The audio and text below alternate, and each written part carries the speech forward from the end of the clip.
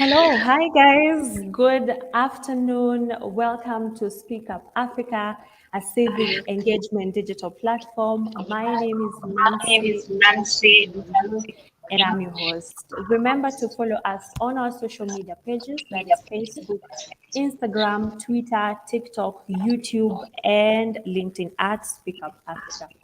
Today's topic is a very interesting one. We are talking about SMEs, the role of SMEs, and its tremendous contribution towards the growth of our economy.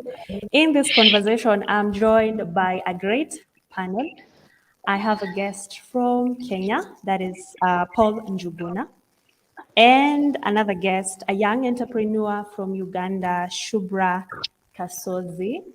I would like to give this opportunity to my guest from Kenya to give us an introductory remark of himself. Kindly, Paul, introduce yourself, tell us what you do and what your business is all about. Thank you very much, Nancy, for giving me this opportunity. My name is Juguna Wanjiru. I am from Kenya. I am a young entrepreneur here in Kenya. I work with a company known as Zenmax Holdings Limited.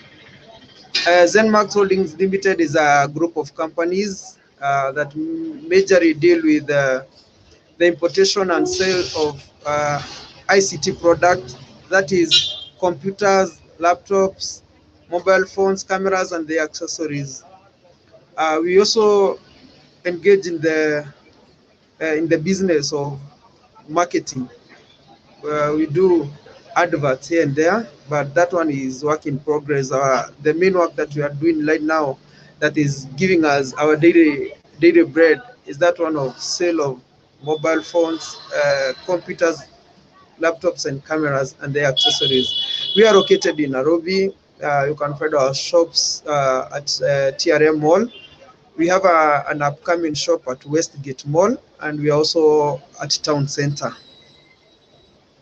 Yeah, so Zenmax, that's all about Zenmax.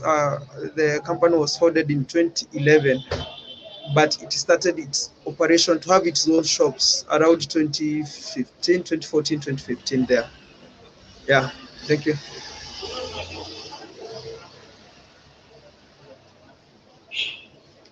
Unmute. Sorry about that. Thank you very much, Paul. Shubra, tell us about yourself and your business as well. Thank you, Nancy. And give me properly. My name is Shubra Kasozi. I am a lawyer by profession, but given Africa, find yourself that as a you have to other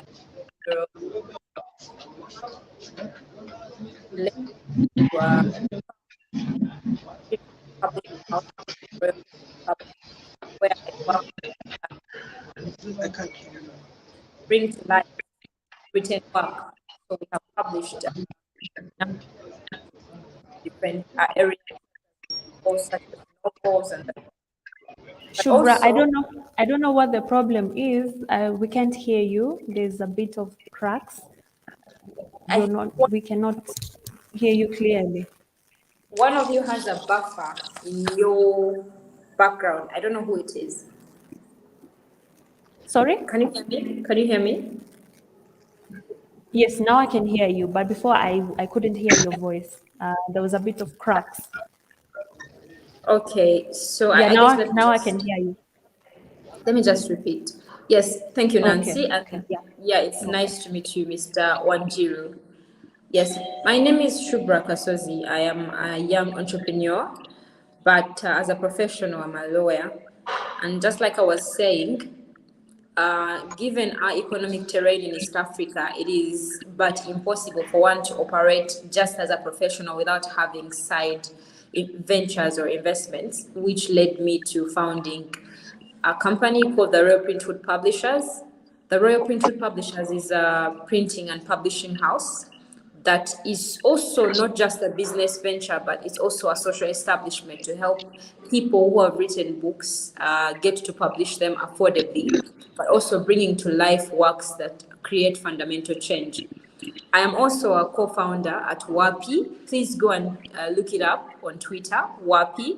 WAPI is a company that is led by young people. We have a CEO, who is a lady called Natasha, who is actually even younger than me. She's the CEO at the company. And in WAPI, which is also an SME, we connect employees with employers through our platform that is on the internet, where people submit their CVs, their details, and we match them using blind matching methods to their potential employers who vet them, and eventually we are able to bridge the employment gap in Uganda.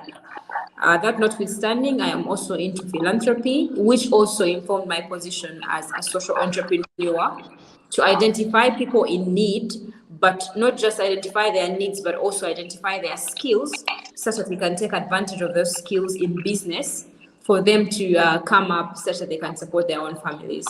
Yes, that is much about me. Thank you very much, Shubra. Now, my first question, I'll begin with you, Paul. A recent report by, yeah, there's a recent report by the Central Bank of Kenya that indicates SMEs have constituted to 98% of all businesses in Kenya and have created 30% of the jobs and contributed to 3% of the GDP. I would like you to take us through exactly how, SMEs have, contributed to the economic growth of East African countries, Paul. Thank you very much, Nancy. One, yeah, I want to agree with the report from the Central Bank of Kenya, like that SMEs, or let us call them MSMEs, because you have also to include the medium ones. Yeah, they contribute to 98% of the labor force, and also the skills and the services and the innovation in Kenya. You see, for the bigger companies to thrive, they rely on the small businesses for them. Take a case study for a company like Safaricom. For Safaricom to realize its profit and its growth, it depends on the M-Pesa agent who sell their credit card and who also operate the M-Pesa services. You take a case study of a business like a big company like East African Breweries. Yes, they're the one, they are the producers, but they rely on the bars and the wine and spirit for them to sell their produce, to sell their beers, and that helps them to reach a wider range. So when the CBK says that the MSMEs contribute to 98% of the labor force in the country, it is true. Also, I want to say that actually, in real sense, the MSME don't create 30% of the of employment. It creates more than even 50%. You just walk around and you tell me how many people today, if you look at the public service, you find the people who have been employed by the government, you find they are not so many. It's about 300,000. About 300,000. But if you go to the private sector, million of jobs that are there, they are MSMEs businesses that are employing millions and millions of people. Take a case study of my shops. One of my shops employs at least 3 people who I directly employ. And then you will find that there is a place I have given a phone repair technician. He also have one person. So you see, one shop, it's a small shop, it has 5 people. We take a case study of Nairobi CBD, which have about 10,000 stalls. each having 4 people. So already around 400,000 people in Nairobi CBD alone, they have been employed by those small stalls you have. Not to mention the hawkers and the other mama boggers here and there, because they are the one who constitute uh, uh, to the broader number of the MSMEs that we have. So it's true that the MSMEs, it's the backbone actually of every country's economy, especially our countries that are developing, and especially here in Kenya. And especially if you look, even the young people today, you find someone in the university, they start with a small business, they start with those school canteens. Someone is starts with selling like even the small things like the cakes, like the sodas, some small saloons, and to give services. Those are kind of informal part of SMEs. And then you come now to the formal MSMEs. The informal, they are the ones that are employing even more people. Because like hawking, you can't, it's an informal SME, it's not audited, it is not well funded, it is not well followed up, but you find that it is carrying a lot of people. And uh, these small businesses, they help in money circulation, and when this money continue to circulate, this is the money that gets back to the economy, and that is the money that even contributes to the growth of the country's GDP. We are looking in a scenario like in the next 5 to 10 years, like the MSMEs, they will be contributing up to 20 to 25% of the country's GDP. We take a case study like a market like Gikomba market. You see, those guys there, every day, there is the circulation of money there. It's about 20 billion each day, 20 billion. Uh, that goes from those people who import metubers, who sell in bales in wholesale, then those who buy the bales and now start opening for those who will come and buy per piece, and then there are those who will buy the others, and then they still start selling there. You also include now the matatus and the vehicles that are coming there. So each and every day in the Gikomba market alone in Nairobi, there is a circulation of about 20 billion daily. And this money is the same money that after the sales, after the circulation of that money, part of it from the taxes of the things that will be bought, it gets back to the country's economy. So you see, if the MSMEs is given the necessary backing, and there is that conducive business environment, it can even be generating about 30% of the country's GDP, leave alone the current 3%. If at least we can really try to work on the informal MSMEs. Thank you. Okay, thank you very much, Njuguna. I'd like to hear from your side, Shubra, in Uganda. How has it contributed? Because I understand there's a report by Ugandan Revenue Authority. It indicates that the GDPs, it has contributed to 25% of the GDP and employed 45%. Yeah, employment, that is 45% of the labor force.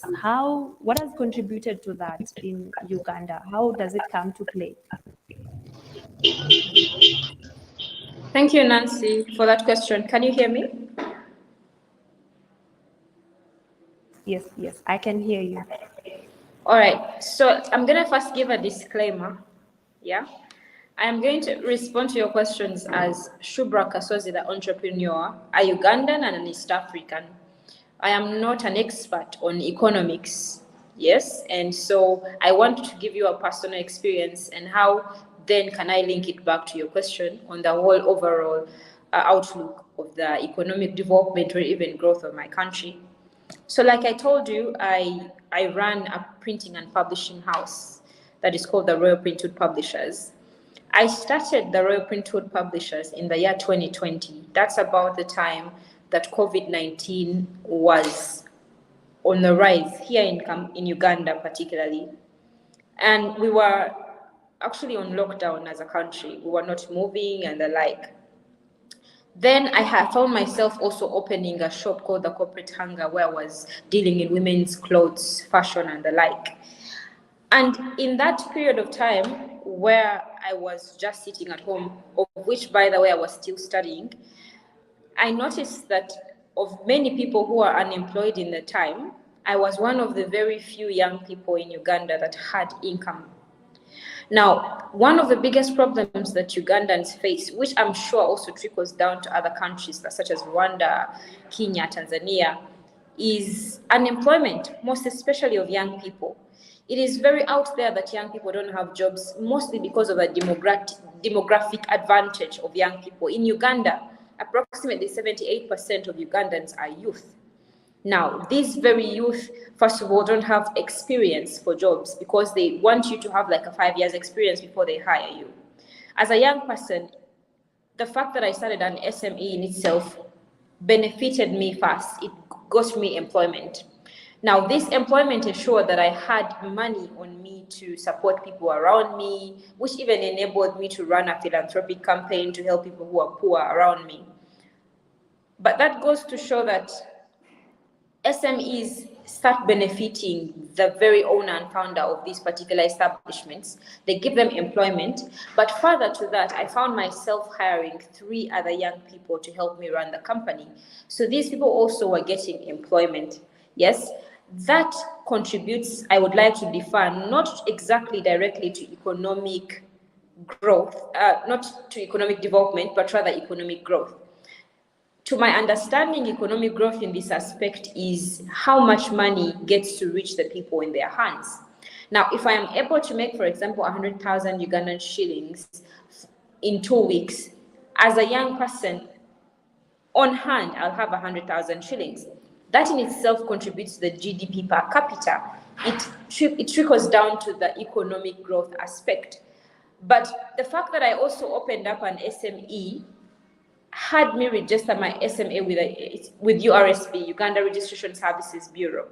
Now, URSB is able to work with URA, which is our Uganda Revenue Authority, to be able to monitor me and tax me.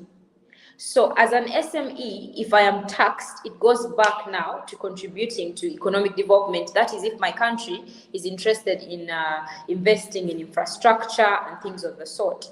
So from personal experience, I can't really say and stamp the report from Uganda Revenue Authority that SMEs go ahead to contribute to economic development, but also economic growth. Thank you. Thank you, Shubra. Thank you for that. You've both talked about how SMEs have contributed towards the fact that you offered employment and the businesses that you have. And I understand we are coming from a pandemic, and many businesses were affected during that time. I believe, things were totally different. I would like maybe Paul Juguna, you would take us through maybe some of the challenges you went through as an entrepreneur, and if there's any signs of recovery so far. How are things now compared to during the pandemic? Yeah, we must all agree that the COVID-19 was a disruption in the global economy, and Kenya was not an exception, and especially for us, we who are growing. COVID-19 came with a lot of challenges, and especially in Kenya, in Nairobi in particular. Going with the curfew that was imposed by the government. Curfew meant that there will be very few working hours. You remember, as we were starting, the curfew was from 6 p.m. To around 5 a.m. That means that you have to be in town at around 8, and by 4 you will have closed up your business. And also the fear that came with COVID, people knew that going to the public places, that's where you're going to contract it. It's also really affected on it really affected our sales because most of the clients could not be able to get to our places of work. Also, the issue of, like, you see, most of our businesses, we operate them with loans, and now COVID is here. There is reduced number of sales, so we are not really able to meet on our profit and also to be able to pay our own obligations. So it slows down because we are not able to stock our shops as maybe we would wish. So it has really been a challenge for that time because we have been really struggling. But the good thing is when the curfew was lifted and most of the measures that were put there by the Ministry of Health were lifted, businesses started growing again. And we can really say one of the things that COVID taught us is to position our businesses online.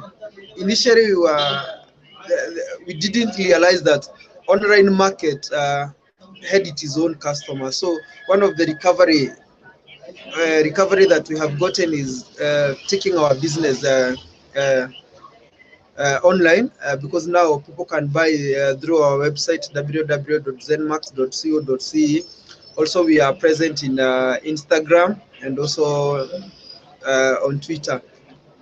That's one of the way that we were able to try to bridge that gap that was created there, that disruption that was created. We were able still to access and even to gain more clients through online market.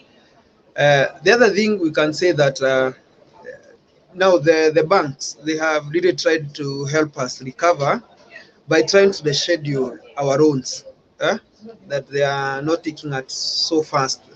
They're giving us that time so that you can be able. Even now, the government is giving incentives. Like now, you see, I take a case study in Kiabu County.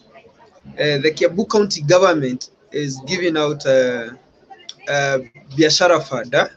They're giving us a retro as 50,000 to up to around 500,000, depending on the kind of business that you are doing and how you have arranged yourself. So you can say that right now the businesses, they are starting to pick out. It's only that now again there is this other disruption that has come through this last year Ukraine war that now has really now affected the global economy once again.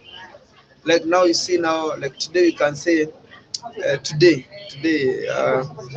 I bought $1 at 124.5, 124 Kenya shilling 0.5, and it's now when we were thinking now we are out of the woods from Corona. Now we are getting into another now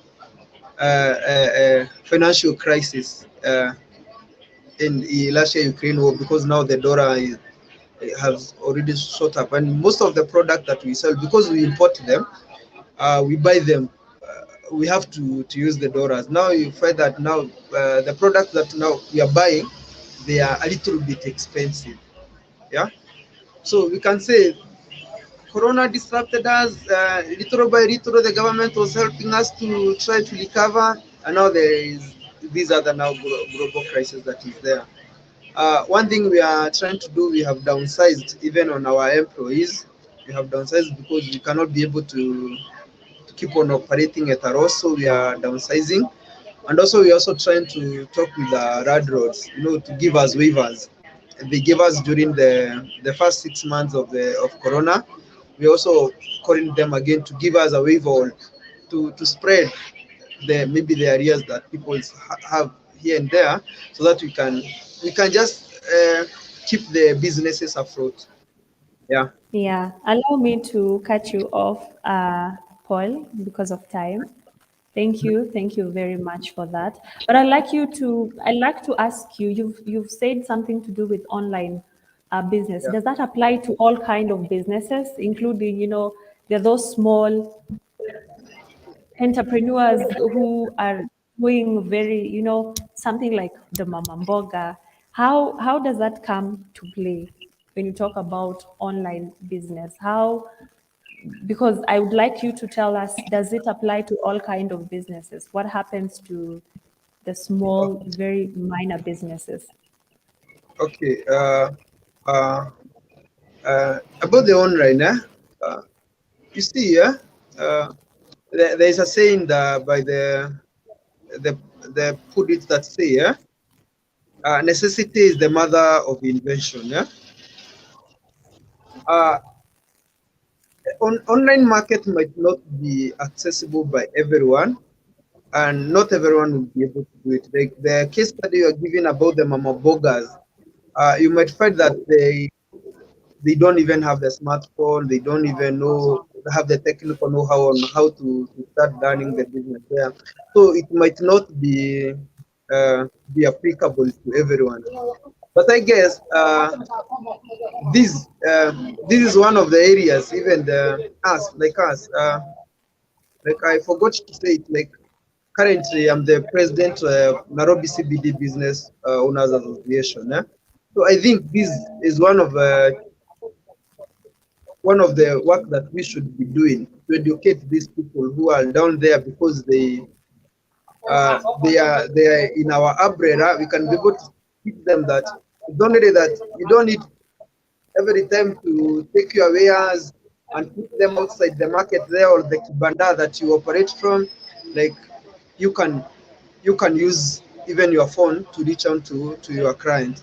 And I can say that there is one mama who sells there outside the Menti house, who was able to correct all the contacts of her client, and then she would every day she would send them WhatsApp messages of the fruits that she has, and she would deliver to them maybe the following day after they make the order. So it's online market might not be reachable to everyone, but I think it is still a broader market for people. And if these people they can be given the necessary service, the necessary support, I think it can really help them. Okay, okay. Thank you very much, Paul. Shubra, based on what Njuguna has spoken about, some of the challenges the businesses went through during Corona, I believe this happened in different countries, I mean, all over the world.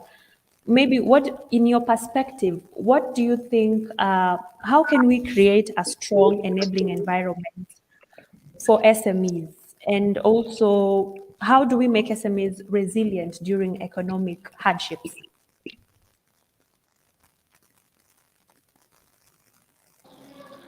Thank you for the question, Nancy. How do we make a strong enabling environment? Okay, I'll start by saying that there are different stakeholders in play here.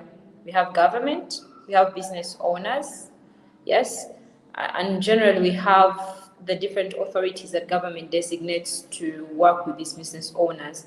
So it's sort of a quid pro quo arrangement from government to business owners. So I'll start from the end of government. Yes. I keep reading on my screen here. You have put words SMEs, the backbone of our economy. When you ask a primary three child in Uganda what the backbone of our economy is, they'll tell you it's agriculture.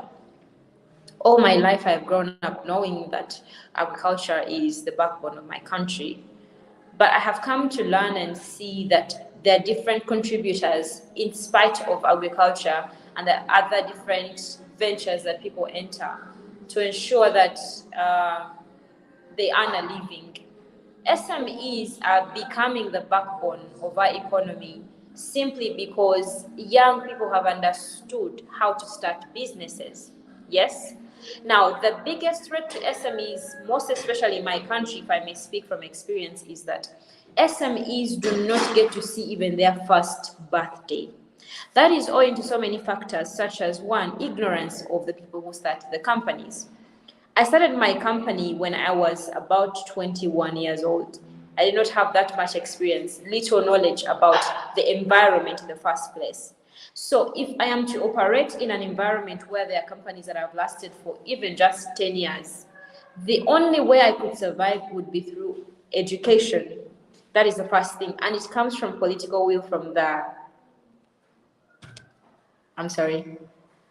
It comes from political will from the government. Yes?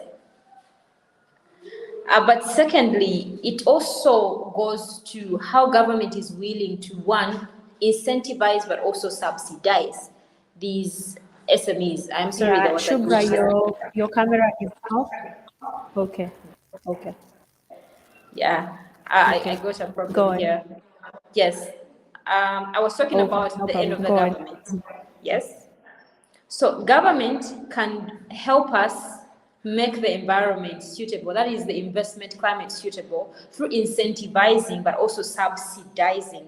So for those who are starting SMEs, they could be subsidized such that they can, enter the economy and start. But those that are already in operation as SMEs, what do you have to do as government to ensure they stay? They get to see their second, third, fifth birthday, because many are struggling while some are out. Now, if you've looked at statistics, you'll notice that small enterprises died amidst the pandemic. It's only the mid enterprises that survived, because we're looking at micro, small, medium, and the like. So small and micro, many of them died simply because there was no guidance. That is one. Taxes were still at hand, two. But secondly, government was not really realizing that the backbone of our economy is seemingly becoming SMEs. If people could integrate these skills they get through running SMEs with the actual backbone of our country, which is, for example, agriculture, then we could be able to move forward as a country. Now, going to the people who run the SMEs, yes? People who run the SMEs to operate and sustainably stay in the economy, I believe that the biggest solution that could help them would be transparency. Many people who run SMEs do not have their figures right. One, they don't file returns. Secondly, they write wrong figures. They represent themselves wrongly. We call it misrepresentation in the law. They misrepresent themselves to potential investors. Now, when you do that, it's very hard for whoever wants to help you, be it government, to come and invest in you. And if they were to invest in you, they don't know how much you need. Because there are so many platforms, as we shall be discussing going forward, different platforms from which people can get, investment and loans and the like. But if you misrepresent yourself to the bank, you misrepresent yourself to an angel investor, then you're doing yourself a disservice as an SME owner. I hope I've answered your question, Nancy.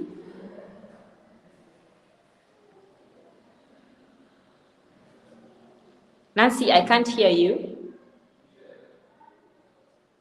Sorry, I'm so sorry about that. Yeah, you have answered my question, but I wanted you to get deep into ways on how we can make SMEs resilient during economic downfalls. I understand, we have there's so many issues that businesses go. There's so many problems that businesses face.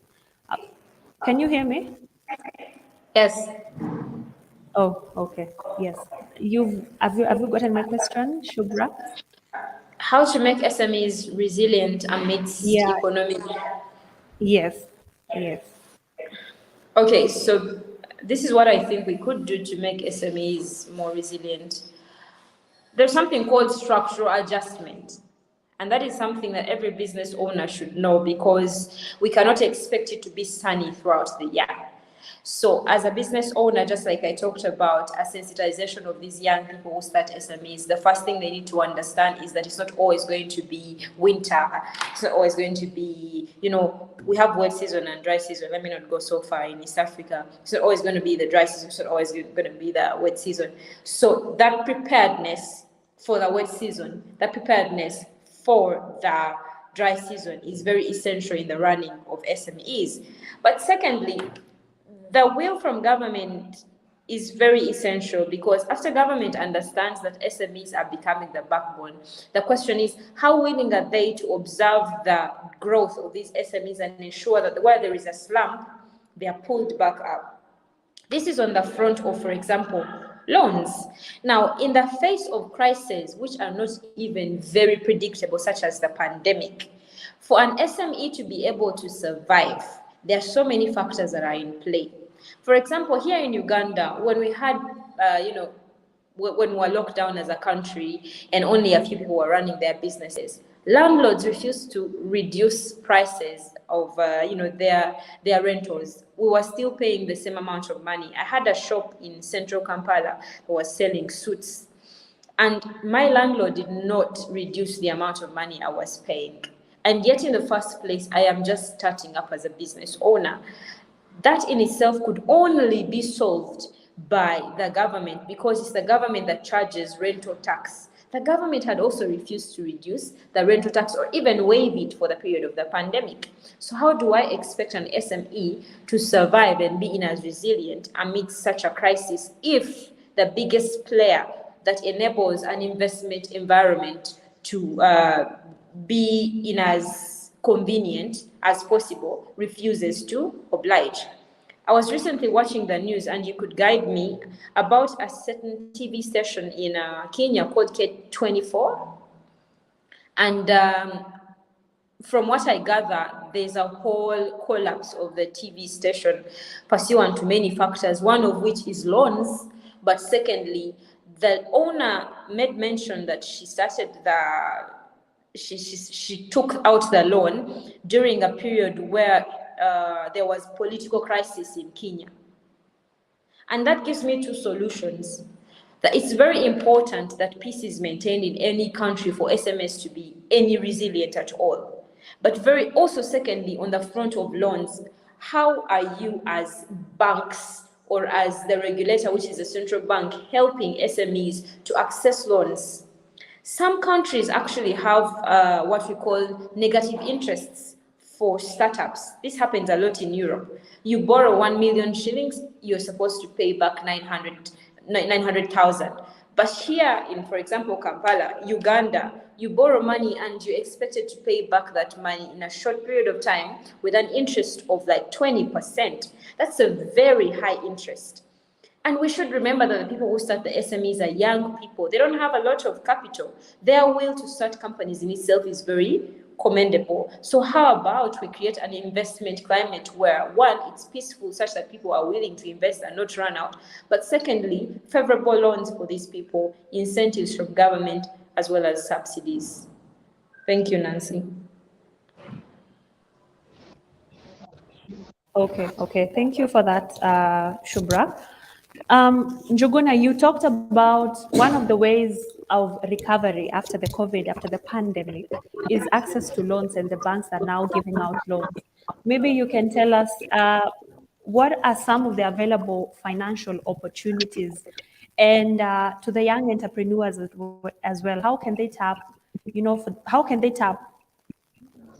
young entrepreneurs can tap for the boost of their businesses, and how can SMEs position their businesses for this financing?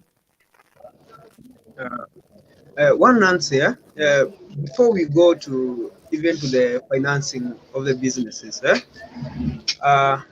just as Subra said, most of the SMEs, they don't see their first birthday. And you know why? Because someone might get into business because you just want to have an avenue to make money, and then you fail to understand the other dynamics that keeps your business afloat.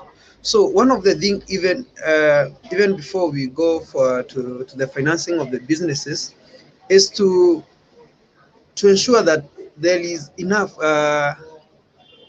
money literacy when running a business.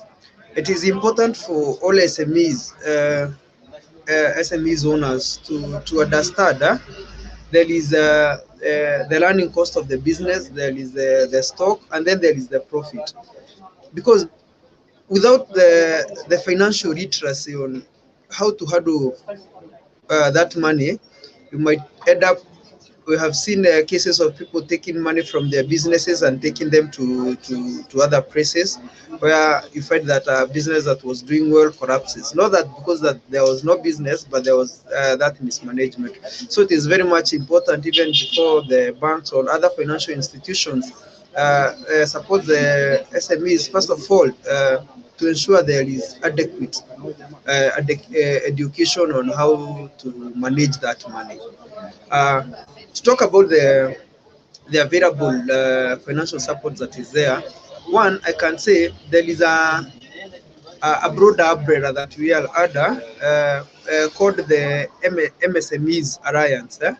And you see the MSME Alliance is working in collaboration with Equity Bank here in Kenya, where they are giving us the business people, especially the members of the MSMEs Alliance body, they are giving us loans of up to 12 times our savings. And they are giving us at an interest rate of 1% reducing balance. So I would encourage, if you know, if you are an entrepreneur who own an MSME here in Kenya, kindly register yourself with the MSME Alliance. They will take you through a training for about 1 month, and then you graduate, and then with your savings, you will be able to get a loan of up to 12 times your savings. There's also banks like the Equity Bank. They have been really friendly. The only challenge is their interest rate, because you felt that because the government currently is really borrowing to the domestic market, they are making those loans from the local banks are inaccessible to us, especially for those people who take little money that of maybe below 1 million shillings. There are also the government funds. Like here in Kenya, we have Uwezo Fund, and we also have Women Enterprise Fund. Uh, and like now, the example I had given about the Kiambu County government, Biashara Fund. These are some of the available avenue where one can get funding. But there are so many bottlenecks attached to these institutions. Before your loan can be processed and can be agreed on, it takes a lot. It is a tedious work. So we can really ask the government and the other financial institution, let them try to ease the process of getting this money. Let them come up with ways of Yeah, facilitating. we'll come to that. We'll come to that, Paul. Sorry to cut you short. We are going to come to that. Okay, I would like Shubra. I would like you to tell us what are the available financial opportunities in Uganda for young entrepreneurs. Financing opportunities. Sorry. Thank you, Nancy. Yes, just something small, Nancy, that I wanted to also very, very much emphasize about resilience. Turning to online platforms is a given. It's a way to stay afloat during any crisis. That is very important. It happened in Uganda. But I also wanted to remind anybody running an SME to keep it in mind that where the economy is experiencing a general slump, it's important that as a person who has invested in a business, you only struggle to break even. If you're able to break even, don't close the company, don't close the business. Wait for stabilization. Maybe then you'll make your abnormal profits. But for now, the only goal and struggle should be to break even. Then you'll be able to survive crisis. Now, going to your question, Nancy, about the available avenues that are there for funding. The government of Uganda has allowed for a laissez-faire economy in our country, which then goes to point to many private actors coming into play to ensure that they invest in different businesses and avenues to make money for profitability generally. Now, here in Uganda, one of the avenues, for example, there has been recently partnership between the National Social Security Fund, which we call NSSF here, with MasterCard Foundation, which launched a program called the High Innovator. that was out for SMEs that are technology based or oriented, to have different entrepreneurs come to get money or seed funding for their entrepreneurial establishments. That is one of the avenues that young people could use to, not just young people, but also SMEs could tap into to get funding.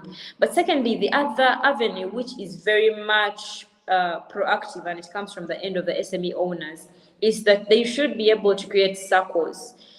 If I am not mistaken, I have watched a piece of news on the TV where they were talking about some young people in Kenya who had created a circle and invested in real estate. They created homes that are now earning them big monies, and each one of them they have a house, which is very commendable. But it comes from the idea of coming together as people. If you decide to say we are 10 SME owners, what can we do together to be able to, for example, if at the end of this year we give SME X all the money we've collected for purposes of investment, that should be able to help you. But also when you have a circle, it shows that you're organized, and therefore you can go to government to be able to fund you. Here in Uganda, we have things like Operation Wealth Creation that was created by the executive arm of our government to give people funding, investment, seed funding that is very favorable for young people.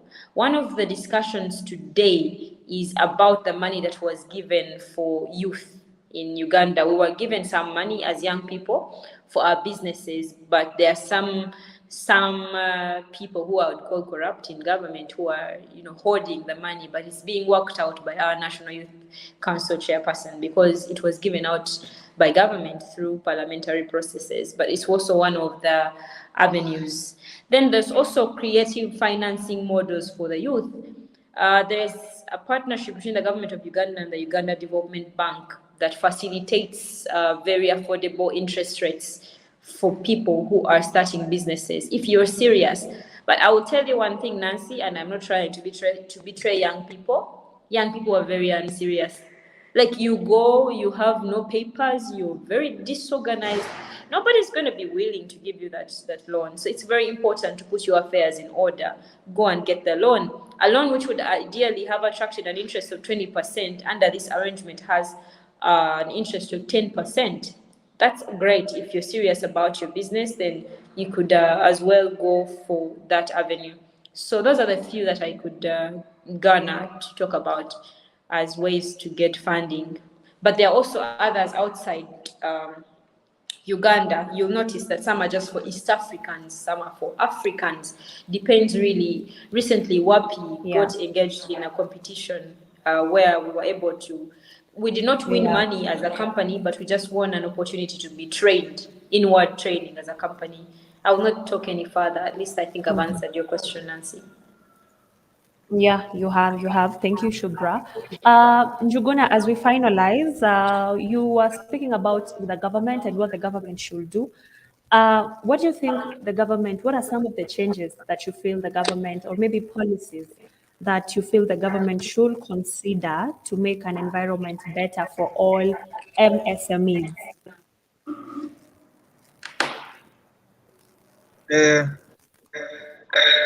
You find that for MSMEs to drive, one, I don't know who's okay. There was some noise and it's good it has faded. Okay, I wanted to say the government, first of all, they should have made the rules that govern the establishment and the conduct of businesses in Kenya, because you find that there are so many rules that one needs to follow for you even to register a business, to get the licenses. You find that from the government side, they have not done enough to ensure there is a conducive business environment, especially in terms of the rules that govern the businesses, and also in obtaining the licenses. Also, the cost of doing businesses, especially in Kenya, it's a little bit high. And I think the government is in a better position to regulate that, so that we can give everyone a level ground. The other thing is the government to ensure uh, those financial, the finance that they release for the youth, especially to support the youth in business. They should not put so many bottlenecks and so many hindrances. They should make it as easy as possible. And they should also ensure that there is follow-up on how the money is used. And I would like to take like the example Subra has given, like in Europe, how they give the negative credit. You get 1,000,000 shillings, and the government requires you to pay the 900,000. You know, instead they are giving you 1,000,000 and they expect you to pay 1,500,000. The other thing the government should do, they also should have those incubation hubs, and they also ensure if it is in universities, especially those people who are undertaking businesses, let them try to teach people, not just the what do you say, what do you call it, not just the paper side of it. Let there be those practical lessons on learning businesses, because you find that people will yes access roles and then they divert it, and that is one of the challenges. You find that even in repayment of those government loans, you are able to be given Uwezo Fund. You have been given like a group, like a group that was given 250,000. A few officials they conspired together, and then they diverted that money from the core business that they were doing, and then the entire group was unable to pay the loan, so they defaulted on that loan, and it brought so many challenges. So the government first of all needs to amend the rules, to have the rules that are friendly to businesses.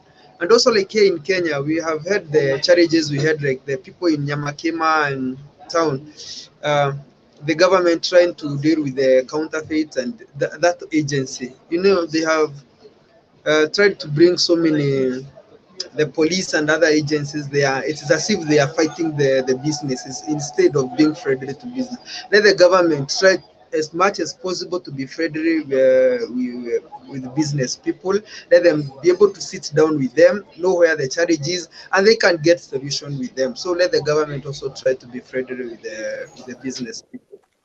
Oh, okay, okay. Shubra, you spoke about incentives, issuing of incentives. I would like you to, tell us more on how the government, or maybe some of the issues, that the policies that should be implemented to make as a way of the government to support an enabling environment for MSMEs. Thank you, Nancy. One of the approaches would be ensuring that there are more affordable loans. Now, how does this happen, really? The government, there's a buffer in one of you's background. Can you hear me?